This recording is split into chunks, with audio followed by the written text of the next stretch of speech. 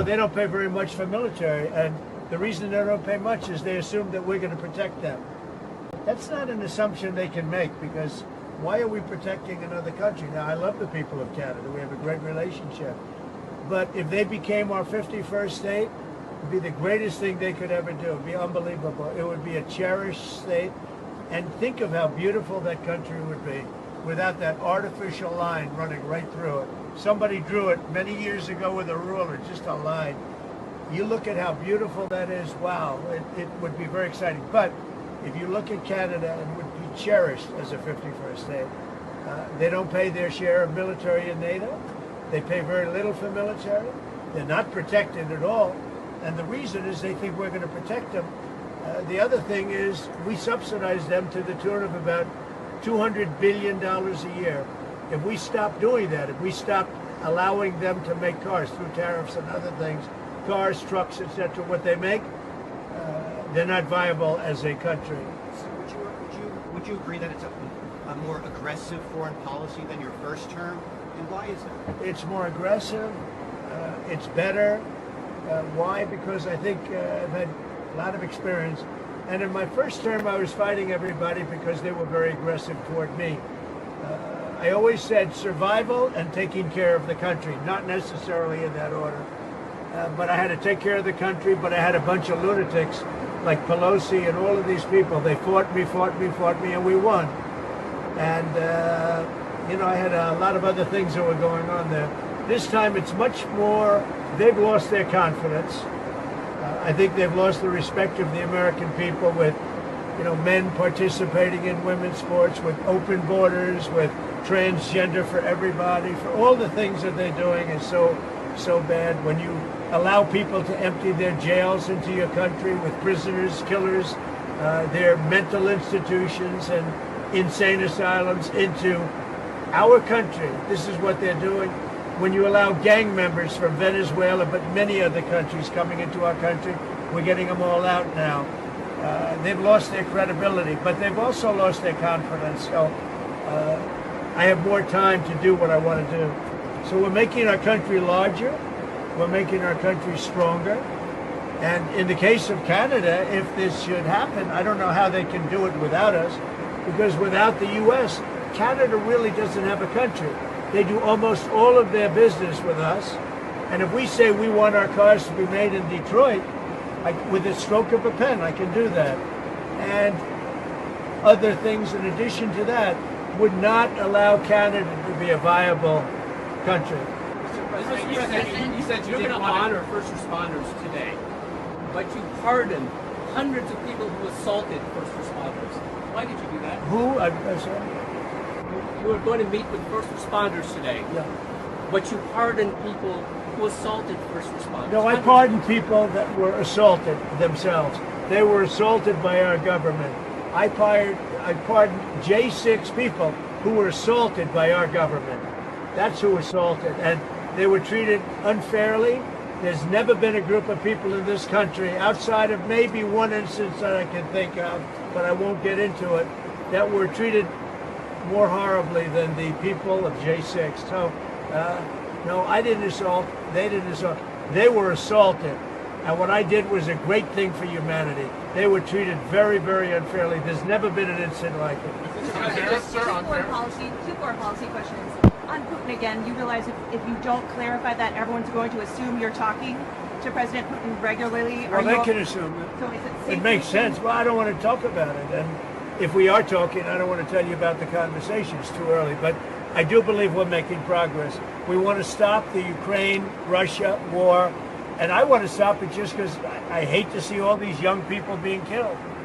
The soldiers are being killed by the hundreds of thousands. So you're starting to put together a plan for like a peace formula or some sort of resolution? We're talking to both sides. Yeah. Okay. And then on Japan, are you okay with having a foreign country having a controlling interest in a U.S. steel company?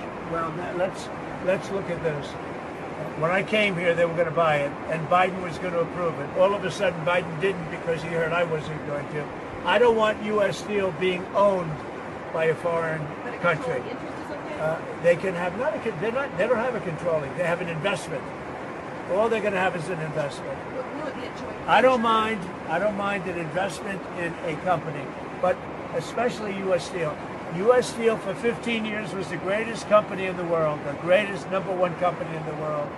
And I'm not going to let another country buy it. We had a great meeting on that, but they are allowed to invest in it, and that's different. Mr. President, on tariffs, sir, you talked about reciprocal tariffs coming in this week. Can you tell us a little bit more about that?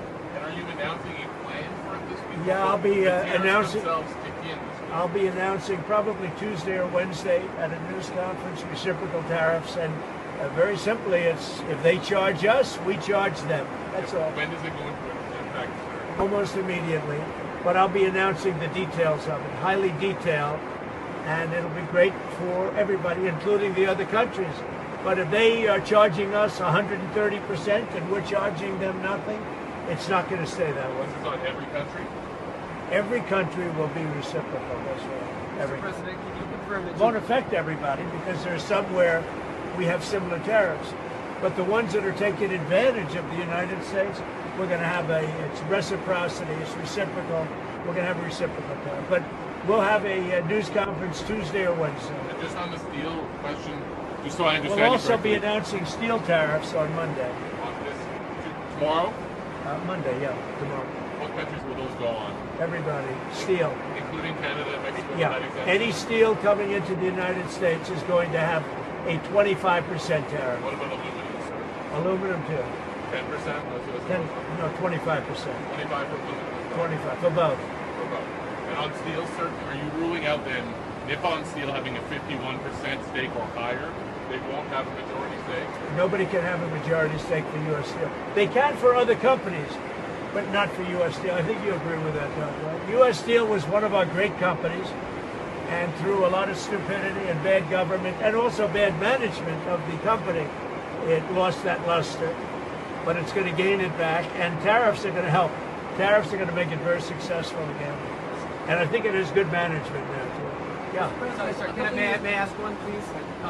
Can you tell me, can you confirm that you'll be meeting with MBS and Sisi of Egypt soon? Will that be at the White House, or are you going to speak? Well, I'll be meeting with all of them numerous times, by the way, but I'll be meeting with all of them. And yeah, I think that it's a big mistake to allow people, the Palestinians or the people living in Gaza, to go back yet another time. And we don't want Hamas going back. And think of it as a big real estate site. And the United States is going to own it and will slowly, very slowly, we're in no rush, develop it. We're going to bring stability to the Middle East, to a totally war-torn part of the Middle East, a part of the Middle East that has caused tremendous problem, the Gaza Strip, and we'll own it. It's totally demolished right now. It's a demolition site. It'll be reclaimed. It'll be leveled out, fixed up. There won't be anybody there. Hamas won't be there. We'll be building through other of the very rich countries in the Middle East. They'll be building some beautiful sites for the people, for the Palestinians to live in. They'll be living in harmony and peace probably for the first time in hundreds of years. And just to clarify, I know you don't want to tell us about your conversation with President Putin, but can you clarify whether you had that since you've been in office, or whether it happened before you became president? I've had it. Let's just say I've had it. As And president, I expect to have many more conversations. We have to get that war ended. It's going to end, and we have to get it ended. And we have to get it ended. So should have never happened, would have never happened if I was president. Mr. President, a couple of years ago, your vice president suggested that if the Supreme Court rules in a way you don't like, just let them enforce it. Do you agree with that? Say it, the last part. The vice president suggested that if the Supreme Court rules in a way that you don't like, they can just enforce it by themselves. Do you agree with that? I don't know even what you're talking about. Neither do you. Who are you with? Up close, sir. Who? Up close. Oh, no wonder. I thought they died. Are they still around? I haven't read them in years. I thought they died. All right, go ahead. Who else? On security clearances, you've been yanking a lot of them. Why does it make the country safer to take away the AG's security clearance? And is that a form of retribution? If there's somebody, no. If there are people that we don't respect, if there are people that we thought that were breaking the law or came very close to it in previous years, we do it. And we've done it. with some people. We've done it with Biden himself. We think our country is not as safe if you gave him clearance. We don't think he knows what he's doing. And what he's done to this country is a disgrace. And what he's done in terms of allowing criminals, murderers, drug lords into our country, people from mental institutions into our country, he should be ashamed of himself. Is that a valid reason? On deportations, there's been some reporting that you've been upset that there haven't been more deportations. Can No. you clarify that? I think they're doing an incredible job. It's very tough. Deportations, finding murderers is not easy. Some of them are actually very smart. They shouldn't be in our country. There wouldn't have been. We had beautiful, we just set records for closure. We have the strongest border we've had in many years since my term. But even for many, many years, decades before that. They're doing an amazing job. I think Tom Homan's doing an amazing job. Kristi Noem's doing an amazing job. But it's not easy finding murderers who know they're being looked for. But we're sending out thousands of people. We're getting rid of thousands of criminals from our country. Do you expect to meet him in person anytime? Where? Putin. Do you anticipate meeting with him? I would imagine I would be meeting with Putin, yes, at the right time. I think at the right time, at the appropriate time. Gaza. The White House press secretary told us last week that you're committed to rebuilding Gaza. Steve Witkoff said that process would take 10 to 15 years. Does your commitment to rebuilding Gaza extend beyond your time in office? I'm committed to buying and owning Gaza. As far as us rebuilding it, we may give it to other states in the Middle East to build sections of it. Other people may do it through our auspices. But we're committed to owning it, taking it, and making sure that Hamas doesn't move back. There's nothing to move back into. The place is a demolition site. It'll be, the remainder will be demolished. Everything's demolished. I mean, you can't live in those buildings right now. They're very unsafe. But we'll make it into a very good site for future development by somebody. We'll let other countries develop parts of it. It'll be beautiful. People can come from all over the world and live there. But we're going to take care of the Palestinians. We're going to make sure they live beautifully and in harmony and in peace, and that they're not murdered. This has been the most dangerous site anywhere in the world to live in. Hamas has been a disaster. And by the way, I have to tell you that I watched the hostages come back today, and they look like Holocaust survivors. They were in horrible condition. They were emaciated. It looked like many years ago, the Holocaust survivors. And I don't know how much longer we can take that when I watch that. I know we have a deal where we're supposed to they dribble in and keep dribbling in, but they are in really bad shape. They have been treated brutally, horribly. Even the ones that came out earlier, they were in a little bit better shape, but mentally they were treated so badly. Who could take that? At some point, we're going to lose our patience. When I see that scene that I saw today with people coming out of helicopters and airplanes that are emaciated, that look like they haven't had a meal in a month, no reason for that. And I don't know how much longer we can take it. Do you think you want to recast? I don't know how long we can take it. When I watch people that were healthy people a reasonably short number of years ago, and you look at them today, they look like they've aged 25 years. They literally look like the old pictures of Holocaust survivors. The same thing. I mean, the same thing. And I don't know how long we're going to take that. Have you gotten some advancement in your proposals for some of the Gulf or Arab nations to take some of the Palestinian people? If Yeah. not, what do you think the reason is for their hesitance? Is there some very honest reason that they haven't told you privately, or that you think why they're hesitant to take the Palestinian people? Why are they hesitant to take them? Because they never spoke to me. They spoke to other people. They didn't speak to me. When they speak to me, they're going to take them. Is it because they think that you would not allow them to return to Gaza? Is that part of it? They don't want to return to Gaza. If we could give them a home in a safer area, the only reason they're talking about returning to Gaza is they don't have an alternative. When they have an alternative, they don't want to return to Gaza. If they had a home that was safe, where you don't have Hamas threatening them, killing them, torturing them, they'd rather not return to Gaza. But right now, Gaza is the only alternative. As far as the other regions, the only reason they maybe don't act enthusiastic is they haven't talked to me. They talk to other people, but not to me. When they talk to me, they'll be enthusiastic. And on spending, you found some maybe questionable expenditures, or Elon Musk has Not found them? some questionable. The whole country looks like it's a fraud. It's fraud, waste, abuse, but it's a tremendous fraud. And what Elon and his group of geniuses have found is unbelievable. It's unbelievable. And that's just in USAID. Soon we're going into education. You'll find the same thing, but bigger. Soon we're going into the military, and you're going to find a lot of bad things happening there. You'll find it because our government has not functioned properly for many, many years, and we're going to make it function properly. We're even looking at treasuries. There could be a problem. You've been reading about that with treasuries.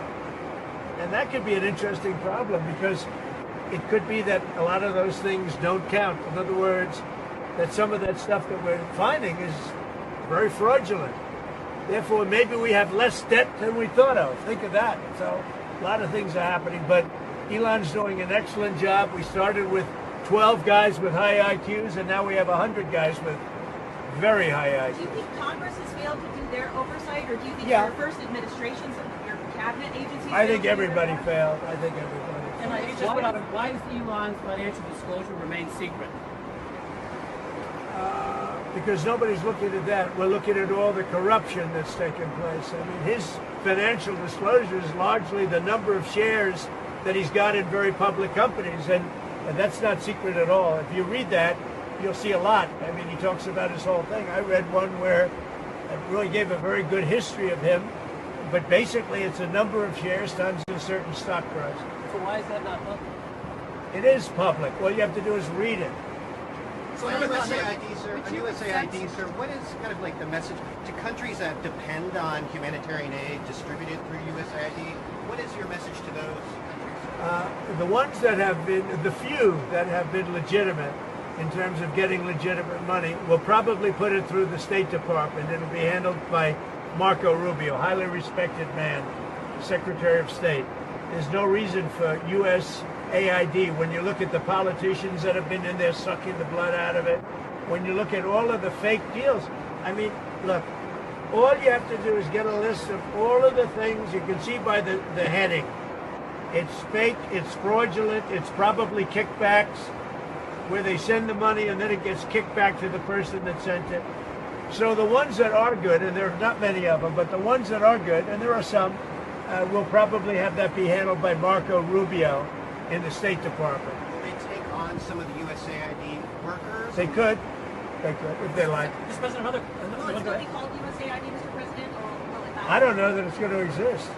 Why would you need it? The State Department can take care of Do it. you think the amount of spending on foreign aid will decrease also, or just the number of employees? It should decrease, yeah. I hope it decreases. Yeah, by how much? When By we half, have $36 trillion in debt, and we're taking care of countries that are very rich and sending aid to countries in some cases that are rich, in some cases they're not rich. But no, it should very much decrease. Mr. President, another But it won't be the scams that you've seen. Another cut that NIH put out a memo on Friday night. It's going to cut $4 billion from the percentage that they pay to universities and public colleges, and all those states, not foreign countries. $4 billion. Is that okay to take off the top? Sure. It could be okay. I mean, you have to look at the universities. Some are legit.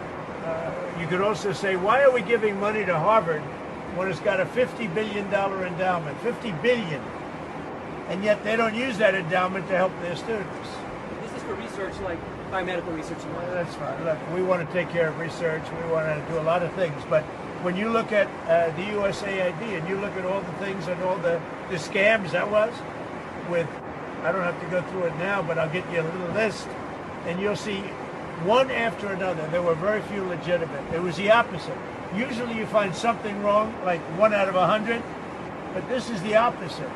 Here, almost everything was wrong. You find very few that were good. But there were some that were good.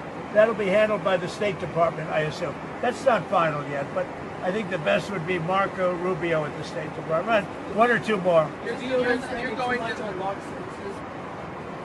Is the Pentagon spending too much to launch services to space? I think space is going to be a very important element. You know, I'm the one that came up with Space Force. I'm very proud of it. Biden tried to get out of it, and he was really rebuked by the military. I think space is going to be one of the most important things we do. It's going to be all about space, especially defense. So space is very important. You're going. Would you accept Palestinian refugees into the United States since you're looking to other countries? I'd have to look. I think it's a very far distance for them to travel, but I'd have to look at individual cases. But I do think that coming into the United States, we're taking a lot of people, but coming into the United States, it's a long way for them to travel. They're far away from their families and their friends and everything else. I think they'd be very happy staying in the general area with in a place that was safe, where they could be safe and lead a good life. They don't want to go back to Gaza. As I said, I've said it a lot. They only go back because they have no alternative. They don't want to go back to Gaza. So we'll see. We hope that we'll be helped by Egypt. We hope that we'll be helped by Jordan. We hope that we'll be helped by other countries. We hope that some of the, like Saudi Arabia and others, can spend some money on it. They have tremendous amounts of money. They'll spend some money on making people comfortable and safe. One question about the Super Bowl. You're going to the game. One of the big things that you've done so far in office is cracking down on DEI. I saw that the NFL commissioner said, I think this week, that they're happy with their diversity program. What's your take on that? Would you like to see any changes there? I don't know what the diversity program is. To be honest, I know Roger very well. I'd have to look at what he said he's happy with. He was happy also with the flag and a lot of other things that didn't work out too well. We'll have to see what he was happy with. But right now, that's, you know what the law is. The law is the law, and it changed, and it's been backed up by the U.S. Supreme Court. But we'll see. There are a lot of interesting things going on right now. I'll tell you what, there's a light over the United States. People are happy. They're more confident. The approval ratings for this country have gone through the sky. More than at any time we've had approval ratings that there's never been anything like it. We've never seen 49 points up. 49 points up. And I think there's a light actually long beyond this country, all over the world. I've been called by other leaders. They said, sir, there's a light over our country right now. There's a light over the world. We got rid of a horrible and totally inept administration, an administration where the president wouldn't even go and do a Super Bowl interview. For 4 years, I mean, he didn't do a Super Bowl interview. I did. You'll see it in about 1 or 2 hours. One more on the refs. Do you have an opinion, sir, on whether the referees have been throwing the games to the Chiefs all season? I don't believe that, no. Why do you want to be chairman of the Kennedy Center Board? Well, I think you're going to have a great game. It's two great teams. I don't know. Who knows who's going to win? You have great players, though. You have really superstars playing on both teams. So I think it's going to be a great game. Why do you want to be chairman of the Kennedy Center Board? Because I want to make sure it runs properly. We don't need woke at the Kennedy Center. We don't need, some of the shows were terrible. They're a disgrace that they were even put on. So I'll be there until such time as it gets to be running right. Have you seen any shows there? How do you know they're I didn't terrible? go. No, I got reports that were so bad I didn't want to. I didn't want to go. There was nothing I wanted to see. Thank you very much, everybody. Yes, about Modi, sir, about Modi, you're meeting Modi. I look forward to the tax. If you look at the